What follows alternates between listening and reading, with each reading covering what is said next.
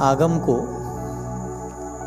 दीपक की उपमा दी गई है। जिस प्रकार अंधियारे मार्ग पर कितना भी सक्षम व्यक्ति, बलवान व्यक्ति चलने का प्रयास करे तब भी वह मार्ग भटक सकता है, भटकता है।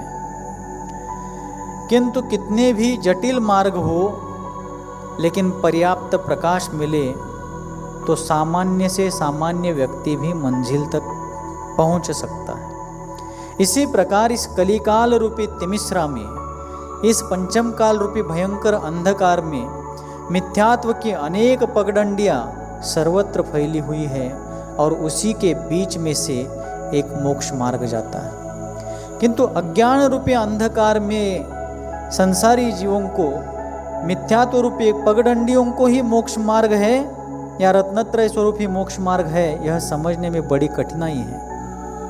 ऐसी स्थिति में वास्तविक मोक्ष मार्ग क्या है, कौन सा है और उस पर किस प्रकार आगे बढ़ना चाहिए, इसका प्रकाश यदि हमें कोई प्रदान करता है तो वह श्रुत दीप है। जिनवानी रूपी दीपक जो है वही हमें इस कलिकाल रूपी अंधकार में वास्तव में मोक्ष मार्ग दिखाता है। और फिर चतुर्थ काल में तीर्थंकर आदि शलाका पुरुषों ने तो सहज रूप से उस मार्ग पर गमन किया था, किंतु वर्तमान में अपन जैसे साधारण लोग भी उस मोक्ष मार्ग पर सफलतापूर्वक आगे बढ़ते हैं तो जिनवानी रूपी दीपक के पवित्र प्रकाश में ही बढ़ते हैं। सुन रहे सभी लोग?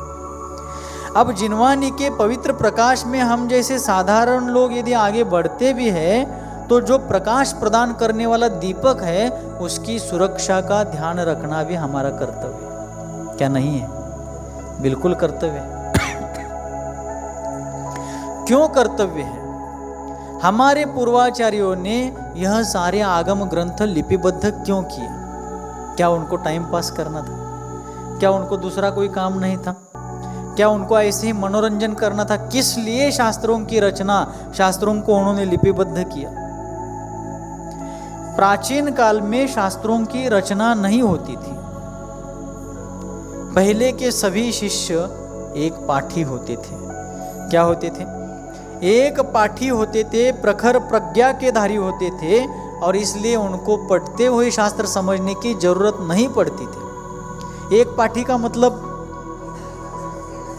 एक बार यदि गुरु के मुख से शिष्य ने शास्त्र श्रवण किया तो जीवन पर्यंत जैसा का तैसा जो सुना था वैसा का वैसा उनके स्मृति पटल पर रहता था। क्या? जैसा सुना है उसमें से एक स्वर, व्यंजन, अक्षर, मात्रा कुछ भी कम ज्यादा नहीं होकर के जो जितना जैसा जिस प्रकार सुना है उसी प्रकार वह उनकी बुद्धि कोश में, ज्ञान कोश में स्मृति के रूप में रहता था। उसी के आधार पर वे चिंतन, मनन, ध्यान, साधना सब कुछ करते थे। आज 100 पाठी, 100 पाठी हो गए तो भी कुछ तालमेल नहीं बैठ रहा। क्या नहीं? ऐसी स्थिति हो गई है।